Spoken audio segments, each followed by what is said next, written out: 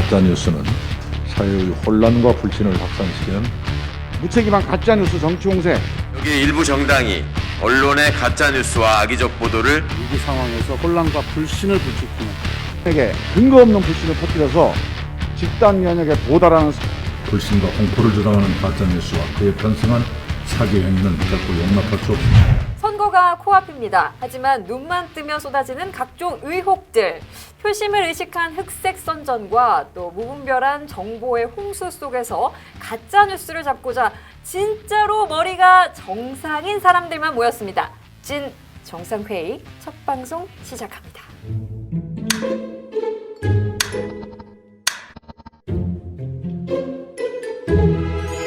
네, 찐 정상회담 1부 팩트체크 시간입니다. 코너 명을 두고 제작진 여러분들이 3주간 고민을 했는데 결국에는 그대로네요.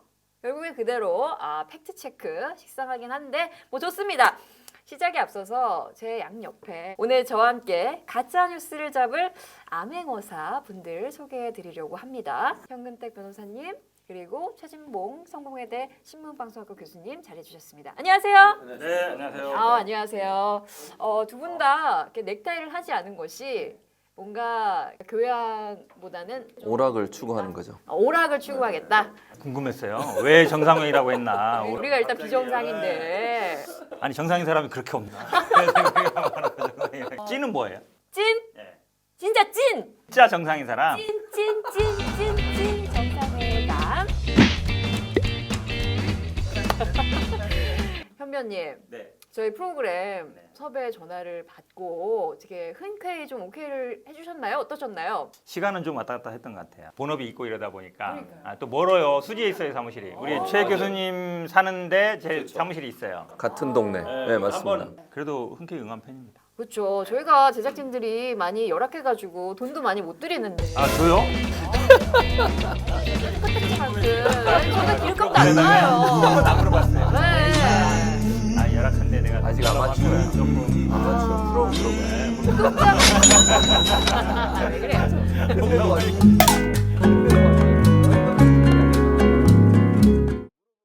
최 교수님은 어떠셨나요? 저는 일단 전화 받고 내가 여길 가야 되나 그런 깊은 고뇌에 빠졌었죠. 새로 만들었잖아요 지금. 맨 땅에 지금 하는 거잖아요. 제가 왜 이걸 해야 되는지 잘 모르겠습니다. 우리는 잘해도 그냥 본전입니다. 못하면 그냥 욕만 먹는 거예요. 묻어가는 거죠 뭐. 그렇죠. 그래도 찐 정상회담 첫 스타트를 끊는 날인데 그래서 제가 조금 두 분께 부담감을 드리려고 합니다. 어떻게? 별로 큰 감흥은 없으시네요. 앞으로 우리 찐 정상회담은 이런 시사 방송이 됐으면 좋겠다. 덕담으로 좀 훈훈하게 시작하면 어떨까 싶은데 시작이 중요하잖아요. 어떻게 좀 한마디 해주세요. 시원하게. 저쪽 먼저 바로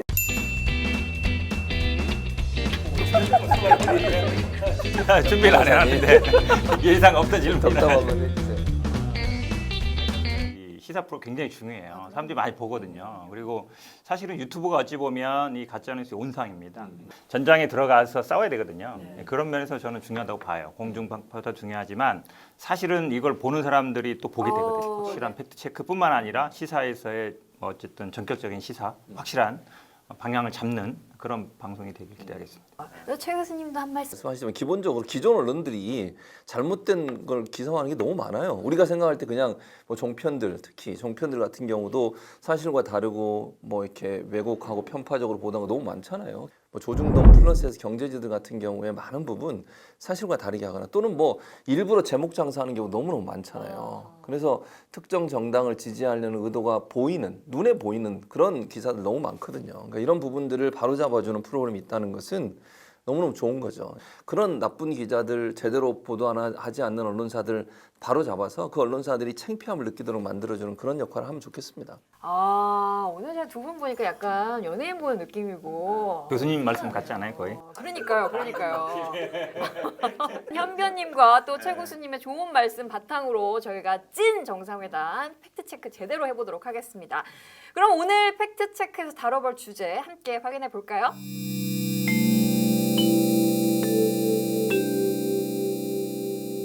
아하, 맞습니다. 문제입니다. 문제예요. 두 분은 살면서 접했던 가짜 뉴스들 중에 가장 황당했던 거 어떤 게 있었나요? 저는 좋은 경험이 있어요. 작년에 제가 왜 그거 아세요? 이해찬 사이로 소문났던 거? 잘 몰랐죠. SNS 엄청 돌았어요. 저쪽 그러니까 추미애 장관 아들 변호할 때 그 이해찬 사이라고 소문나가지고 아니, 청와대에서 전화 받았다니까요. 아는 사람이 진짜냐고 나 잘 아는 사람인데도 맞냐고 그래가지고 아니다. 그래서 고발하라 그러더라고요. 소송하고 고발하라 그래. 내가 이제 경고문을 하나 썼거든요 SNS에. 우리 사무실에 막 찾아온 거예요. 미안하다고 내릴 테니까 한번 봐달라고 막 이래가지고 고소 고발을 그렇게 하는 게 꼭 좋은 건 아니라는 것 같아요. 그래서 이렇게 넘어갔는데 요즘도 가끔 만나면 물어보는 사람이 있어요. 아직도? 야, 진짜 아니냐고. 그래서 내가 항상 그래요. 아니 내가 사위였으면 이러고 있겠냐고 벌써 한 차례 했지. 그러고 사람들이 웃어요. 최 교수님께서는 어떤 황당한 뉴스? 많죠. 황당한 뉴스 너무너무 많은데 그중에 이제 저는 우리 국민들도 많이 아실 거예요. 그냥 처음에 이제 봄 정상회담 했잖아요. 남북 정상회담 하고 대통령이 그 귤을 보내시고 또 거기서 송이 오고 이런 그 과정에서 가짜 뉴스 있었잖아요. 귤 박스 안에 현금을 넣어서 보냈다. 그런 말도 안 되는 이 거짓말. 그리고 또 국민연금 뭐 몇십억을 뭐 북한에 지원한다. 죄송합니다. 이따위라 그래서 어쨌든 그런 내용의 가짜 뉴스들. 백신 관련된 가짜 뉴스 너무너무 많잖아요. 예를 들면 뭐 칩을 심는다고. 백신 맞으면 칩이 들어가서 그게 뭐 마이크로소프트 회장이 조종을 한다.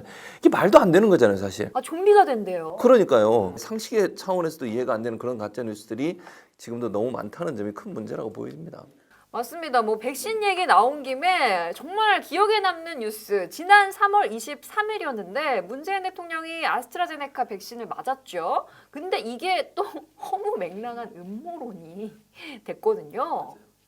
그게 저도 참 이해가 안 가던데 화면 다 보셨겠지만 이 아스트라제네카에 대한 불신이 있으니까 화이자 맞은 거 아니냐 바꿔치기 했다는 얘기인데 그냥 뭐 한두 번 얘기하다 말겠지 이랬는데 엄청 커져서 막 공중파 뉴스까지 나오고 신문마다 나오고 야 제가 보기에는 이게 약간 진짜 비정상이에요. 사실은 그런 거는 한번 딱 팩트 체크하고 이거는 쓸데없는 뉴스니까 말아야 되는데 맞아요. 칸막이를 설치했다느니 녹화를 한 거라느니 참 그렇습니다. 기본적으로 저는 그러니까 의도성이 있다고 봐요. 이게 실수가 아니라는 거죠. 이제 가짜뉴스가 저는 허위 조작 정보라고 하는데 허위 조작 정보는 일부러 저는 만든다고 보거든요. 그러니까 특정한 정치 집단이나 어느 정치 이데올로기를 지지하는 언론들이 그걸 만들어서 퍼뜨리는 거예요. 왜냐하면 그걸 퍼뜨려서 정치적 이익을 얻겠다는 목적이라고 저는 봐요. 그러니까 목적성과 의도성이 명확한 게 허위 조작 정보예요. 백신 관련된 것도 마찬가지예요. 그리고 뭐 심지어는요 유튜브 같은 데는 그게 언론이 정부에 장악돼 가지고 그걸 제대로 보도 안 한다고 그렇게 또 공격을 해요. 이건 상식적으로 이해가 안 되는 이런 얘기들이 만들어지는 것은 특정 정치 세력 또 특정 정치 세력을 지지하는 언론사들 소위 우리가 보수 언론 얘기하는 그런 언론사들이 의도적으로 조작해서 그 조작된 정보를 퍼뜨리고 그 조작된 정보를 통해서 여론을 움직여서 현 정부에게 부담을 주려는 의도가 명확하다고 저는 봐요. 근데 노력은 굉장히 가상합니다. 굉장히 상상력이 기발하고 근데 문제는 아까도 말씀해 주셨지만 아직도 그 음모론을 믿는 분들이 또 계시고 그렇다는 건데 현변님 이제는 이 음모론 끝장내야죠. 그렇죠. 교수님이 좋은 말씀하셨는데요. 이게 우리가 가짜뉴스 하니까 뉴스처럼 인식이 돼요. 허위, 조작, 정보. 그러니까 허위라는 건 가짜라는 건데 이 조작이라는 게 되게 중요한 거예요. 의도성이 들어가는 거거든요. 조작이라는 말은 뭔가 자기의 의도로 이거를 비튼다는 얘기예요. 그러니까 사실은 가짜뉴스라는 말보다 교수님 말씀처럼 허위, 조작, 정보. 뉴스도 아닌 거예요. 이 허위, 조작, 정보라고 용어를 쓰는 게 확실히 맞고 법적인 처벌만으로 다 되진 않아요. 왜냐하면 이게 항상 처벌이 나오면 우리가 이제 언론의 자유, 사상의 자유, 사상의 자유시장, 언론의 자유 이게 항상 나오잖아요. 그러면 이걸 다 일일이 체크해가지고 처벌해야 되느냐? 그게 또 불가능해요. 왜냐하면 하는 순간에 또 없어져 버리고 하는 순간에 없어져 버리니까 저는 오히려 이런 우리 정상회의 같은 언론들이 그 역할을 해야 된다. 정화작용을 하는 게 맞다. 우리가 좀 잘 해나가고 있네요. 그렇죠. 네. 팩트 TV. 지난 1월이었죠. 문재인 대통령의 신년 기자회견 때였는데 이때도 가짜 뉴스가 참 많이 돌았습니다. 여러 질문이 한꺼번에 나올 경우에 질문을 요약해서 보여주는 프롬프트가 있었어요 앞에. 근데 그 프롬프트의 내용이 부동산 안정화 정책의 구체적인 안정화 내용에 대한 구체적인 정책은 뭡니까? 이거 질문이었어요. 대통령님 말문 막히시면 원론적인 답변부터 하시면서 시간을 벌어보십시오. 이건 거짓이잖아요. 진짜가 아니에요, 이거는. 그래놓고 이걸 보도하면서 이게 사실인 것처럼 이렇게 얘기를 했다. 지금 이번 이 사건 같은 경우에는 제 원본 사진을 보니까 OBS 배혜수 기자의 질문이더라고요. 제 전 직장 선배님이십니다. 이거 뭐 이분 무슨 잘못입니까? 허위 조작 정보를 만들어내는 사람들은요, 명확한 의도가 있어요. 정치적 의도, 그것도 특히. 그러니까 그 의도가 있기 때문에 저는 처벌해야 된다고 개인적으로 생각을 해요. 모든 가짜뉴스나 허위 조작분을 다 처벌하기 상당히 어려움이 있어요. 그래서 저는 명확하게 사실관계가 증명되는 객관적 사실이 존재하고 있음에도 불구하고 그걸 비틀어서 얘기하거나 왜곡해서 얘기하거나 조작해서 얘기하는 경우, 이런 경우는 처벌해야 되는데 그것도 형사처벌하면 또 비판이 있어요. 언론 자유 침해라고 해서. 그래서 제가 얘기한 게 지금 뭐 민주당도 이렇게 추진하고 있습니다만 징벌적 손해배상 하자는 거예요. 그러니까 언론사가 그런 잘못된 허위 조작 정보 또는 조작된 정보 가지고 보도를 하거나 뭐 유튜브나 이런데 그런 걸 하면 더 이상 사업 못 하도록 만들어야 돼요. 문 닫게 만들어야 돼. 이 징벌적 손해배상이요. 사실은 과도기에 있는데 우리나라가 그동안 이거를 이제 형사처벌도 하고 명예훼손으로 그다음에 손해배상 갔는데 문제는 뭐냐면 징벌적 손해배상에서 3배, 5배 한다 그러는데 그 몇 배의 기준이 없어요. 그래서 제가 보기에는 처음부터 그냥 기준을 어느 정도 설정해 놓는 게 좋은 것 같아요. 예를 들어 이런 경우에는 뭐 개인인 경우에는 뭐 1,000만 이상이라 한다든지 아니면 뭐 정치인이라든지 아니면 뭐 유명이라 그러면 뭐 5천만 이상 한다든지 이렇게 정해놔야지 3배냐 5배냐 제가 보기에 약간 의미 없는 문제. 지난번에 최강욱 의원이 그 징벌적 손해배상 관련해서 무슨 얘기를 했냐면 허위 조작 정보로 만들어진 기사가 올라와서 그게 내려올 때까지 기간이 있을 거 아니에요. 그 기간을 그 언론사가 버는 광고료 곱해서 그 일자로 계산을 하는 거야. 그리고 사실 어떤 걸 뉴스화하고 기사화를 하려면 팩트 체크와 검증을 하는 시간이 필요한데 뭔가 임박하고 빨리 뭔가를 유포하기 위해서는 이게 기자가 취재를 해가면 위에 있는 부장이라는 사람이 자기 마음대로 안 써왔으면 던져버리고 다시 써오라 그래요. 빨간 펜 들고 막 고치기도 하고 자기가 원하는 쪽으로 기사의 내용과 방향을 바꾸는 경우도 있어. 기자 개인의 문제가 아니라 언론사 전체의 총체적 문제다. 또 하나 그냥 가져와서 막 얘기하잖아요. 뭐 추미애 전 장관 얘기도 마찬가지 개념이고 또 이번에 선거 나온 분들의 얘기도 마찬가지고 뭐 아파트 관련 도쿄 아파트 어쩌고 저쩌고 이런 얘기들을 정치인이 얘기하면 그걸 그대로 따와서 따옴표 저널리즘이라고 그러거든요. 여당 뭐뭐뭐뭐뭐 이러고 따옴표로 끝내버려. 그럼 어떻게 돼요? 사실로 인식이 되는 거야. 이게 어찌 보면요 제목 장사랑도 관련된 얘기인데 사실은 아주 교묘한 언론사들은 제목으로 그렇게 쫙 뽑고 뒤에다 안 보이는 데다가 짜게 하나 써놔요. 실은 뭐 그게 아니고 다른 거다 이렇게 빠져나갈 틈을 만들어놔요. 좀 심하게 심해요 보면. 그 어그로 끄는 것도 굉장히 능력인 것 같아요. 우리 유튜브 1회 어그로 잘 끌어야 되는데 어떻게 좀 잘 배워보세요, 제작진 여러분들. 예.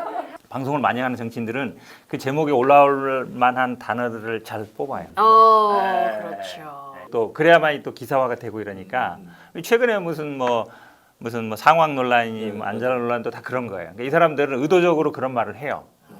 최근에 어쨌든 가장 핫한 사람이 어찌 보면 윤석열이잖아요. 근데 윤석열 총장이 사퇴하기 전에 조선일보 기사를 쭉 보면 계속 결단해라. 결단해야 된다. 사설에도 쓰고 오피니언도 쓰고 기사에도 쓰고 출마 선언해라. 의견을 밝혀라고 하는 건 제가 보기에 정치예요. 네, 정치예요. 그러니까 제가 보기엔 이미 조선일보 같은 경우는 제가 보기엔 정당이에요. 거의 조선일보 당이에요. 조선일보도 당이다.